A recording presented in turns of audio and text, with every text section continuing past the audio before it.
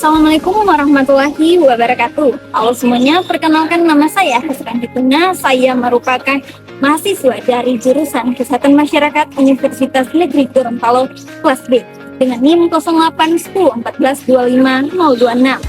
Pertama-tama yang terhormat Bapak Dr. Roni Lukum, SPD MSc, selaku dosen pengampu mata kuliah Kewarganegaraan.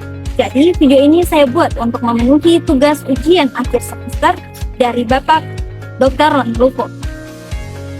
Baik, di sini saya akan menjelaskan mengenai pengertian ideologi terbuka, ideologi tertutup, Pancasila sebagai ideologi nasional beserta historisnya, dan juga pengertian Pancasila sebagai ideologi terbuka.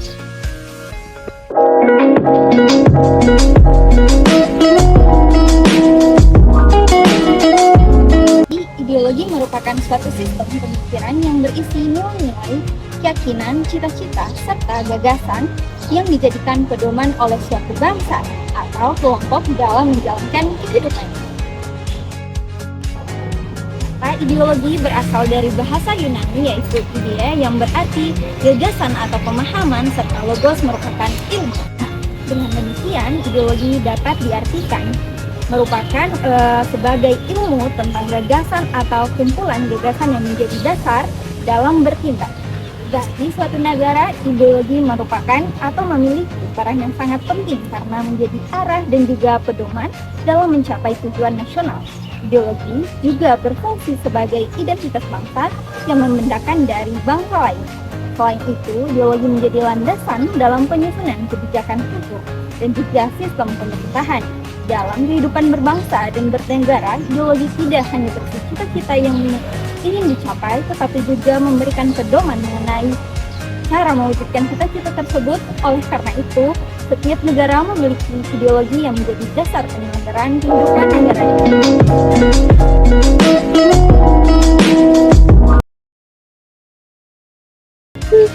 Ideologi terbuka adalah ideologi yang nilai dasarnya berasal dari kehidupan masyarakat dan dapat berkembang sesuai dengan tuntutan zaman. Ideologi ini tidak hanya bersifat kaku sehingga mampu menyesuaikan diri dengan perubahan sosial, budaya, ekonomi, maupun perkembangan ilmu pengetahuan atau teknologi. Meskipun dapat berkembang, ideologi terbuka tetap mempertahankan nilai-nilai dasar yang menjadi identitasnya. Dengan demikian, perubahan yang terjadi hanya pada bentuk penerapan atau penafsirannya, bukan pada nilai dasar yang terkandung di dalamnya. Ideologi terbuka juga memberikan ruang bagi masyarakat untuk berpartisipasi dalam kehidupan bernegara. Masyarakat dapat memberikan kritik, saran maupun pemikiran baru selama tidak bertentangan dengan nilai dasar ideologi tersebut. Contoh ideologi terbuka adalah Pancasila. Nilai yang terkandung dalam Pancasila tetap dipertahankan, tetapi penerapannya dapat disesuaikan dengan perkembangan zaman, kebutuhan masyarakat Indonesia.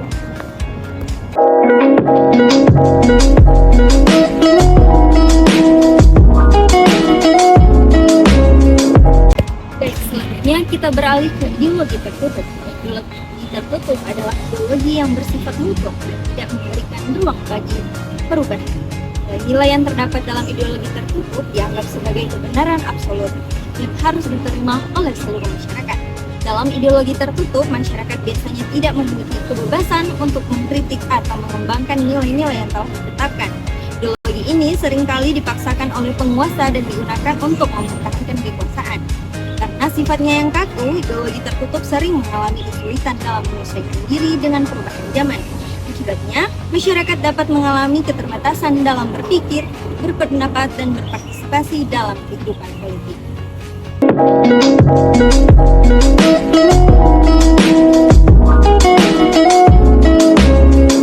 Selanjutnya yaitu Pancasila sebagai ideologi nasional. Pancasila sebagai ideologi nasional berarti Pancasila menjadi sistem nilai yang dijadikan pedoman oleh berbangsa Indonesia dalam kehidupan bermasyarakat, berbangsa, dan negara. Pancasila tidak hanya menjadi dasar negara, tetapi juga menjadi cita-cita yang ingin diwujudkan oleh seluruh rakyat Indonesia. Sebagai ideologi nasional, Pancasila mengandung nilai-nilai yang mencerminkan kepribadian bangsa Indonesia. Nilai tersebut berasal dari budaya, adat istiadat, agama, dan juga pengalaman sejarah bangsa Indonesia. Pancasila dapat diterima oleh seluruh rakyat Indonesia yang memiliki latar belakang yang sangat beragam. Pancasila itu berfungsi sebagai pemersatu bangsa karena mampu mengakomodasi keberagaman yang ada di Indonesia. Dengan menjadikan Pancasila sebagai ideologi nasional, maka bangsa Indonesia memiliki pedoman yang sama dalam mencapai tujuan nasional, yaitu mewujudkan masyarakat yang adil serta makmur dan sejahtera. Selanjutnya yaitu historis Pancasila sebagai nasional. Untuk memahami mengapa Pancasila menjadi ideologi nasional Indonesia, perlu dilihat dari perjalanan sejarah bangsa Indonesia. Pancasila tidak muncul secara tiba-tiba, melainkan melalui proses yang sangat panjang dan berakar pada nilai-nilai yang telah hidup dalam masyarakat Indonesia sejak dahulu. Sebelum Indonesia merdeka, masyarakat Nusantara telah mengenal berbagai nilai yang kemudian menjadi dasar Pancasila. Pertama, nilai ketuhanan yang tercermin dalam kehidupan masyarakat yang religius. Nilai kemanusiaan terlihat dalam sikap saling menghormati dan tolong-menolong. Nilai persatuan tampak dalam upaya menyatukan berbagai wilayah masyarakat. Selain itu, budaya musyawarah dan gotong royong juga telah menjadi bagian dari kehidupan bangsa Indonesia. Nilai inilah yang kemudian dikembangkan menjadi dasar dalam penulisan Pancasila. Seperti masa pergerakan nasional, kesadaran untuk bersatu sebagai satu bangsa semakin kuat. Sebagai organisasi pergerakan lahir untuk memperjuangkan kemerdekaan Indonesia. Semangat tersebut mencapai puncaknya dalam peristiwa Sumpah Pemuda pada tanggal 28 Oktober tahun 1928 yang menegaskan satu tanah air, satu bangsa dan satu bahasa, yaitu Indonesia. Peristiwa ini menjadi landasan penting bagi terbentuknya persatuan yang kemudian tercermin dalam sila persatuan Indonesia. Menjelang kemerdekaan Indonesia, Jepang membentuk Badan Penyelidik Usaha-Usaha Persiapan Kemerdekaan Indonesia untuk mempersiapkan kemerdekaan Indonesia. Dalam sidang BPUPKI yang berlangsung pada tanggal 29 Mei tahun 1945, para tokoh bangsa mulai membahas dasar negara yang akan digunakan untuk Indonesia merdeka. Pada sidang tersebut, beberapa tokoh menyampaikan gagasannya mengenai dasar negara. Salah satu tokoh yaitu memberikan usulan adalah Soekarno.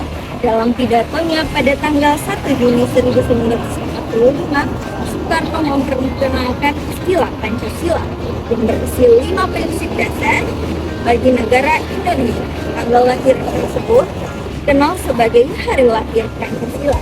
Setelah sidang BPUPKI dibentuk pula panitia keseluruhan yaitu bertugas menyempurnakan rumusan dasar negara. Pada tanggal 1 Juni 1945, panitia ini menghasilkan naskah yang dikenal sebagai Piagam Jakarta. Piagam Jakarta menjadi langkah penting dalam proses lahirnya Pancasila karena memuat rumusan dasar negara yang kemudian disempurnakan menjadi rumusan Pancasila kita saat ini. Setelah Indonesia memproklamasikan kemerdekaannya pada tanggal 17 Agustus tahun 1945, kemudian PPKI mengadakan sidang pada tanggal 18 Agustus tahun 1945. Dalam sidang tersebut disahkannya Undang-Undang Dasar 1945 beserta pembukaannya yang memuat 5 sila Pancasila. Sejak saat itulah Pancasila resmi menjadi dasar negara sekaligus ideologi nasional Indonesia. Dalam perjalanan sejarahnya, Pancasila terus digunakan sebagai pedoman bangsa Indonesia. Pada masa awal kemerdekaan, Pancasila menjadi pemersatu bangsa dan menghadapi berbagai ancaman. Pada masa demokrasi terpimpin dan Orde Baru, Pancasila tetap dipertahankan sebagai dasar negara meskipun penerapannya mengalami berbagai dinamika. Setelah era reformasi, Pancasila semakin ditegaskan sebagai ideologi nasional yang terbuka, demokratis, dan mampu menyesuaikan diri dengan perkembangan zaman tanpa mengubah nilai-nilai dasarnya. Dengan demikian, secara historis Pancasila menjadi ideologi nasional karena lahir dari nilai-nilai budaya bangsa Indonesia dirumuskan melalui musyawarah para pendiri bangsa serta disahkan sebagai dasar negara pada tanggal 18 Agustus tahun 1945. Oleh sebab itu, Pancasila ini tidak hanya menjadi dasar negara tetapi juga menjaga identitas dan peran bangsa Indonesia dalam mencapai kemajuan.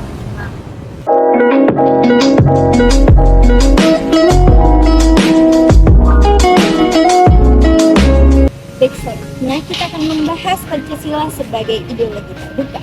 Pancasila disebut sebagai ideologi terbuka karena nilai-nilai yang terkandung di dalamnya bersifat dinamis dan dapat berkembang sesuai dengan perkembangan zaman.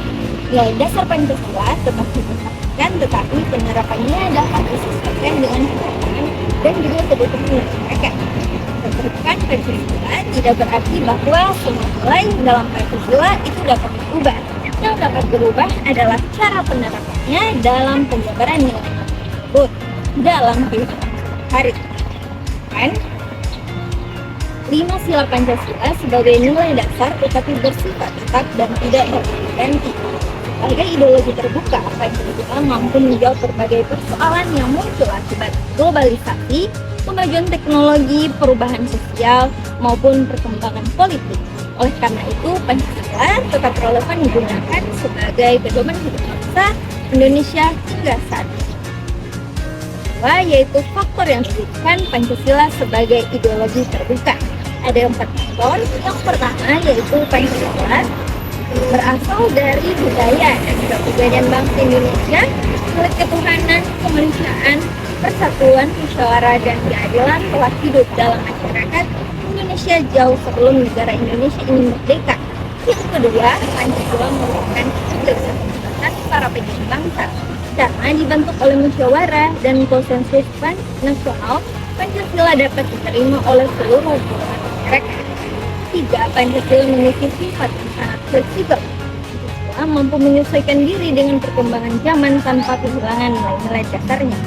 4. Pancasila mengandung nilai-nilai universal yang dapat diterima oleh seluruh manusia, seperti penghormatan terhadap hak asasi manusia, persatuan, demokrasi, dan keadilan sosial. Selanjutnya yaitu dimensi Pancasila sebagai ideologi terbuka. Memiliki 3 dimensi. Dimensi yang pertama yaitu idealistis. Idealistis ini berkaitan dengan cita-cita dan nilai dasar yang terkandung dalam Pancasila. Nilai-nilai tersebut menjadi tujuan yang ingin diwujudkan dalam kehidupan berbangsa dan bernegara. Yang kedua yaitu dimensi normatif. Dimensi normatif ini berkaitan dengan penyebaran nilai-nilai Pancasila ke dalam berbagai peraturan dan norma yang berlaku di Indonesia. Dan yang terakhir yaitu dimensi realistis. Dimensi realistis itu menunjukkan bahwa nilai-nilai Pancasila benar-benar dapat diterapkan dalam kehidupan sehari-hari. Dimensi realistis menunjukkan bahwa Pancasila bukan hanya teori, tetapi juga dapat diwujudkan dalam kehidupan nyata. Pancasila memiliki keunggulan sebagai ideologi terbuka, yaitu yang pertama dapat mengikuti perkembangan zaman sehingga tetap relevan digunakan hingga saat ini.